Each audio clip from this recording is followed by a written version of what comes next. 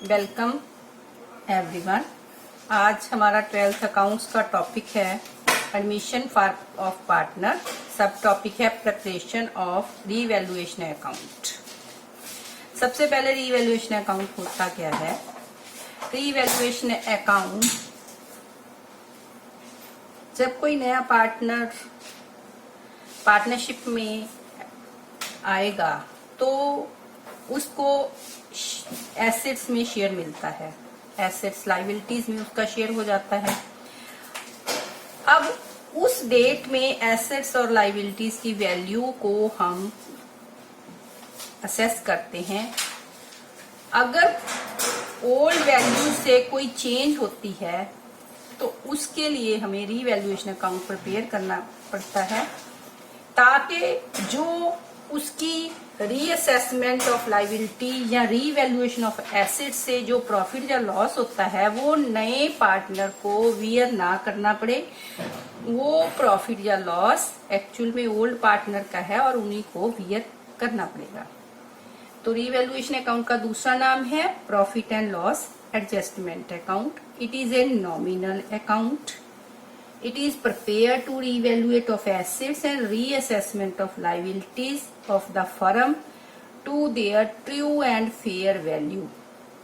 Revaluation account admission, retirement और death तीनों cases में बनता है as per requirement of question, और तीनों में इसका बनाने का मेथड सेम रहेगा। तो अब पहले हम इसका परफॉर्मा डिस्कस कर लेते हैं। परफॉर्मा जिसमें डेबिट साइड पे आप ध्यान रखिए decrease in value of assets. अगर वैल्यू ऑफ एसेट्स डिक्रीज करती है मींस सिंपल है कि अगर लॉस होता है कोई भी एसेट्स डिक्रीज करने से या लायबिलिटी को इंक्रीज करने से, दोनों केसेस में लॉस होगा तो वो रीवैल्यूएशन अकाउंट की डेबिट साइड पे आएगा। ऐसे ही अगर एसेट्स की वैल्यू इंक्रीज होती है तो प्रॉफिट होगा, डिक्रीज होती है लायबिलिटी की वैल्यू तो भी प्रॉफिट होगा। तो ये दोनों चीजें रीवैल्यूएशन अकाउंट की क्रेडिट साइड पे आएंगी। मींस प्रॉफिट क्रेडिट साइड पे और लॉस डेबिट साइड पे। इसके बिना दो आइटम्स, मान लो कोई लायबिलिटी है जो बुक्स में रिकॉर्ड ही नहीं की हुई, अब पे करनी है, तो वो भी डेबिट साइड पे आई, दैट इज लॉस। ऐसे ही अगर एसेट है, अगर वो भी बुक्स में रिकॉर्ड नहीं की हुई लेकिन अब करनी पड़ेगी, तो उसे भी हम क्रेडिट साइड पे लिखकर वो एक फर्म का फायदा होगा, इसलिए वो भी रीवैल्यूएशन अकाउंट की क्रेडिट साइड पे आएगा। इसके बाद हम डेबिट और क्रेडिट साइड का टोटल कर लेते हैं, बैलेंस निकाल लेते हैं। इसमें या तो प्रॉफिट आएगा या लॉस आएगा। अगर प्रॉफिट आता है वो भी हम कैपिटल अकाउंट्स को ओल्ड रेशियो ओल्ड पार्टनर्स में ट्रांसफर करते हैं। अगर लॉस आता है तो भी कैपिटल अकाउंट्स को ट्रांसफर होता है ओल्ड रेशियो ओल्ड पार्टनर। ये बात आपने स्पेशली ध्यान में रखनी है, ओल्ड रेशियो ओल्ड पार्टनर। अब हम इस क्वेश्चन को करने के लिए प्रैक्टिकल एक लेकर, जिस टाइप की नॉर्मली एडजस्टमेंट्स आती हैं हम उसको लेके सॉल्व करेंगे। तो मैं एक क्वेश्चन ले रही हूं, तो उसके साथ हम उसको सॉल्व भी करेंगे और इसकी जर्नल एंट्री भी सीखेंगे। तो क्वेश्चन सिंपल है, A and B are partner sharing profits equally, they admit C for 1/3 share, prepare revaluation account, balance sheet and journal entries. You have to pass journal entries also. अब question हमें specially जो मैंने 8-10 adjustments ली हैं वो related to revaluation लेकर example ली है। तो balance sheet हमें दे रखी है, capital, bank loan, creditor, outstanding expenses, building, machinery, furniture, patents, debtors, provision, stock, cash at bank, ये सारा कुछ हमें दिया हुआ है। अब हम आते हैं एडजस्टमेंट्स पे। बेसिकली एडजस्टमेंट को पहले अंडरस्टैंड करना पड़ेगा। एडजस्टमेंट में क्या है? Value of building appreciated by, this is important, appreciated by 20%, means 20% बढ़ गई. Value of machinery reduced by 10%. Value of furniture to be reduced to rupees 8,000. Value of stock to be increased to rupees 50,000. Patents are valueless. Investments to be taken into account. Provision for rupees 20,000 to be made for outstanding bills. Creditor rupees 5,000 not likely to be paid. Provision for doubtful debts to be raised to rupees 5,000.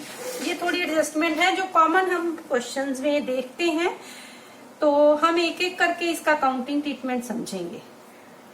अब हम revaluation account बनाते हैं. Revaluation account और साथ साथ balance sheet account, जब भी आप क्वेश्चन करते हैं रीवैल्यूएशन अकाउंट और बैलेंस शीट आपको साथ साथ बनानी है. जो एडजस्टमेंट रीवैल्यूएशन की है वो साथ के साथ आपको बैलेंस शीट पे शो करनी है.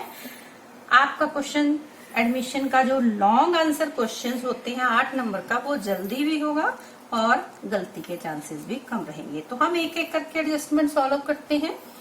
सबसे पहले है हमारे पास बिल्डिंग 5 लाख रुपए और इसकी एडजस्टमेंट है value of building to be appreciated by 20%. By 20% का मतलब 20% हमें इंक्रीज करनी है. 20% हमें इंक्रीज करनी है. तो हमें क्या करना है, एप्रिशिएट हो रही है तो प्रॉफिट है. प्रॉफिट है तो हमने क्या करना है, बाय बिल्डिंग 20% ऑफ 5 लाख. ये अपने आप एक वर्किंग नोट भी बन गया. 1 लाख अमाउंट. अब ये 1 लाख रिवैल्यूएशन की क्रेडिट साइड पे आ गया, प्रॉफिट है. और इसी को साथ के साथ हम ये बिल्डिंग अकाउंट में 6 लाख साथ के साथ हम शो कर देंगे. 5 लाख प्लस 1 लाख. इससे क्या हो जाएगा, हमारा बैलेंस शीट भी साथ साथ पूरा हो जाएगा. Value of machinery reduced by 10%. Machinery हमारे पास है 1 लाख रुपए. अब 1 लाख मशीनरी से रिड्यूस्ड बाय का मतलब कम करनी है. कम करनी है तो लॉस हो गया. लॉस का मतलब 2 मशीनरी 10% ऑफ 1 लाख मीन्स 10,000 हम रिवैल्यूएशन की डेबिट साइड पे लिखेंगे. लेकिन जब हम इसको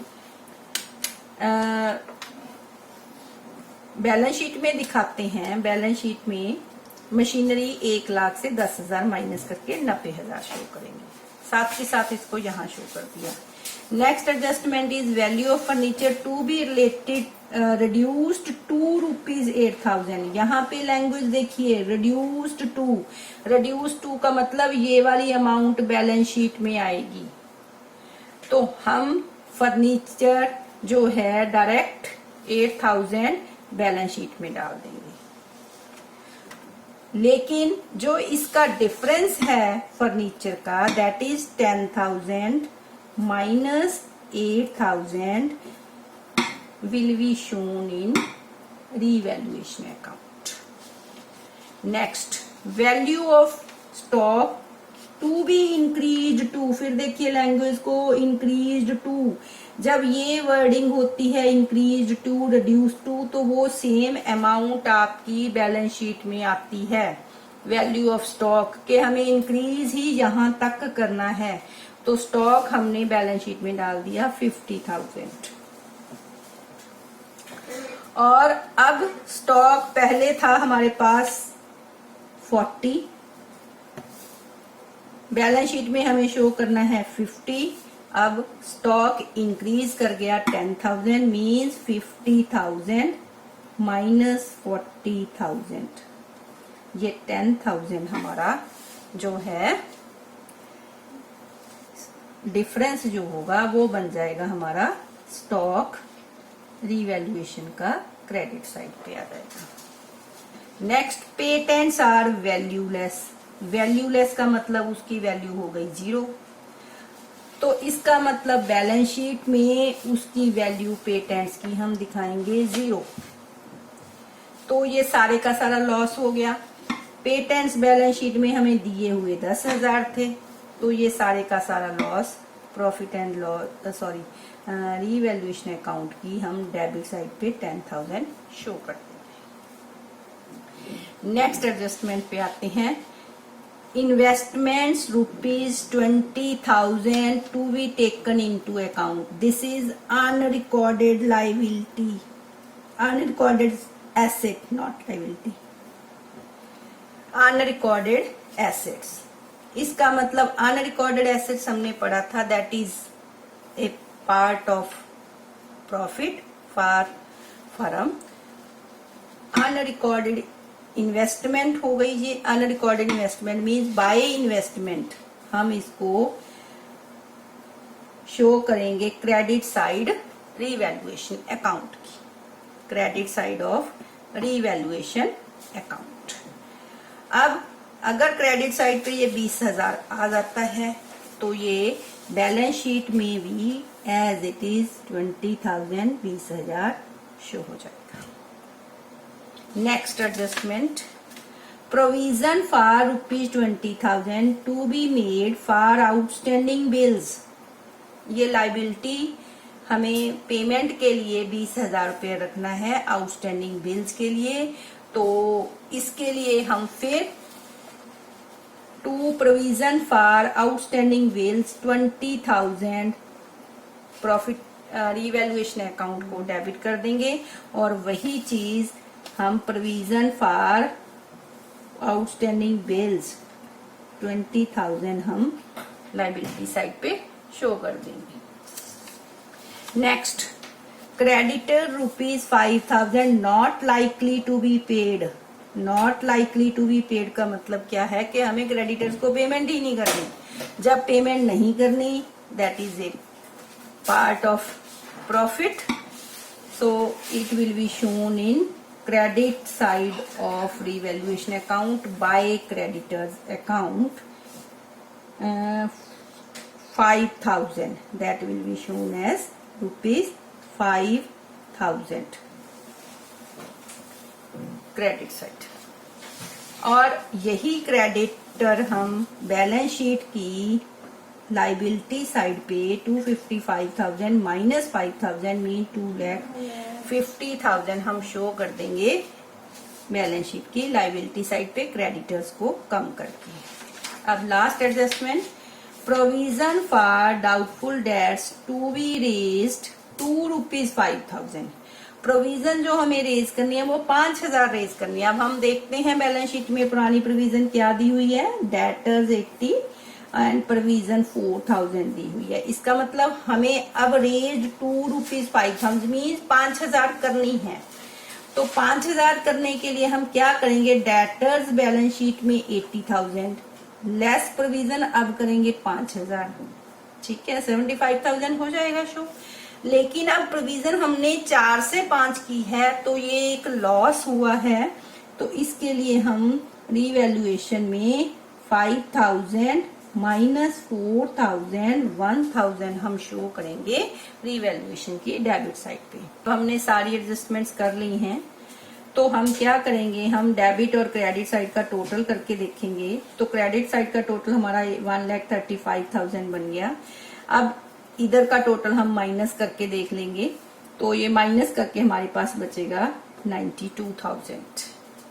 तो प्रॉफिट शेयरिंग रेशियो क्वेश्चन में हमें इक्वली दे रखी है, उसके अकॉर्डिंग हम ओल्ड पार्टनर ओल्ड रेशियो में हमें ये 92,000 शो करना है, हाफ ऑफ 92,000, तो ये 46,000 दोनों में 46,000 बंट जाएगा ए और बी में। अब हम आगे की बैलेंस शीट पूरी करते हैं। इस क्वेश्चन में cash at bank as it is 24,000 चला जाएगा, और कोई आइटम अगर कुछ नहीं करना होता तो जैसे बैंक लोन है 1,00,000 रुपए एज इट इज हम डाल देंगे, क्रेडिटर हमने उसके अकॉर्डिंग डाल दिया, आउटस्टैंडिंग एक्सपेंसेस 5,000 जैसे दिया हुआ है हमने वैसे डाल दिया, कोई चेंज हमें नहीं करनी, 5,000 डाल दिया।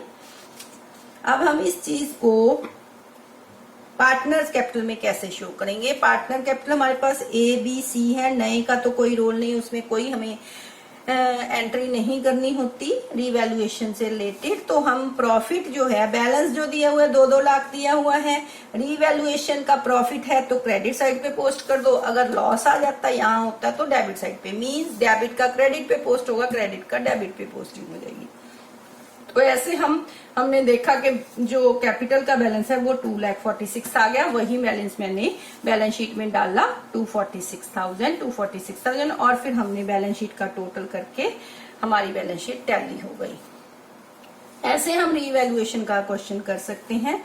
पहले आपने सिर्फ जो बेसिक चीज ध्यान रखनी है वो ये है कि रीवैल्यूएशन के साथ साथ आप बैलेंस शीट जरूर बनाइए। जो एडजस्टमेंट आपने रीवैल्यूएशन में की है वही उसी टाइम आप बैलेंस शीट में शो करिए। इससे आपका क्वेश्चन जल्दी भी होगा और आपकी एक्यूरेसी भी बढ़ेगी। अब हम थोड़ी सी बात कर लेते हैं जर्नल एंट्रीज की। अब कई बार क्वेश्चन में आ जाता है रीवैल्यूएशन से रिलेटेड जर्नल एंट्रीज। तो जर्नल एंट्रीज के लिए हमें क्या करना है, सिंपली अगर आपको जर्नल एंट्रीज आ जाती है, अकाउंट नहीं पूछा हुआ, तो आप रफ में उसका अकाउंट बना लीजिए एक बार। रफ में बना के आपकी जर्नल एंट्रीज बेसिकली 3 होती हैं। 3 एंट्रीज में क्या है, जितनी आइटम्स रीवैल्यूएशन की डेबिट साइड पे हैं उसके लिए एंट्री होती है revaluation account debit to machinery, to furniture, to patents, to provision for outstanding bills, to provision for doubtful debts. मैंने ये सारी जो आइटम इस क्वेश्चन की थी वो सारी ऐसे जर्नल एंट्री में शो की हैं। आप इसके लिए अलग अलग एंट्री भी कर सकते हैं और एक एंट्री भी कर सकते हैं, जैसा आपको ठीक लगे। उसके बाद क्रेडिट साइड की आइटम्स, प्रॉफिट को छोड़कर बाकी सारी आइटम्स हम 2 एंट्रीज में ले लेते हैं। क्रेडिट साइड की आइटम के लिए building debit, stock debit, investment debit, creditor account debit to revaluation. Revaluation यहाँ क्रेडिट साइड की आइटम के लिए क्रेडिट करना है तो आप टोटल करके ऐसे इस एंट्री को कर सकते हैं। अब दोनों का डिफरेंस हमारा प्रॉफिट आया था, अगर प्रॉफिट आता है तो revaluation account debit to old partners capital old ratio, old partners old ratio में आप ट्रांसफर कर सकते हैं। तो मिनिमम 3 एंट्री जैसे आपके लिए मैंने बनाई है, इसमें थोड़ा एंट्री करना इजी हो जाता है। बेसिकली तो हमने सीखा हुआ जर्नल एंट्री करके ही हम अकाउंट बनाते हैं, तो थोड़ा सा इजी करने के लिए आपको धीरे धीरे फिर समझ आ जाता है कैसे हमने किया है। तो एंट्रीज आप इस तरीके से रीवैल्यूएशन से रिलेटेड भी कर सकते हैं। तो ऐसे हमने आज देखिए ये सीखा कि रीवैल्यूएशन अकाउंट बैलेंस शीट के साथ साथ कैसे लॉन्ग आंसर क्वेश्चन जो 8 मार्क्स का हमें एडमिशन का आना है उसमें हम कैसे इस चीज को कर सकते हैं। अगर आपको पूरा क्वेश्चन नहीं भी आता, रीवैल्यूएशन बना के आप आइटम्स बैलेंस शीट में भी शो कर देते हैं, तो आपको मार्किंग स्कीम के अकॉर्डिंग कुछ मार्क्स, चाहे आपको बाकी क्वेश्चन पूरा नहीं भी आता तो कुछ marks revaluation plus balance sheet preparation के मिल जाते हैं। सिर्फ उसमें आपकी कैपिटल अकाउंट सही नहीं बन पाता अगर बाकी एडजस्टमेंट नहीं करते। तो धीरे धीरे आप जब प्रैक्टिस करेंगे, आगे की वीडियोस में हम और डिस्कशन करेंगे तो बाकी की चीजें भी आप सीख जाएंगे। Thank you.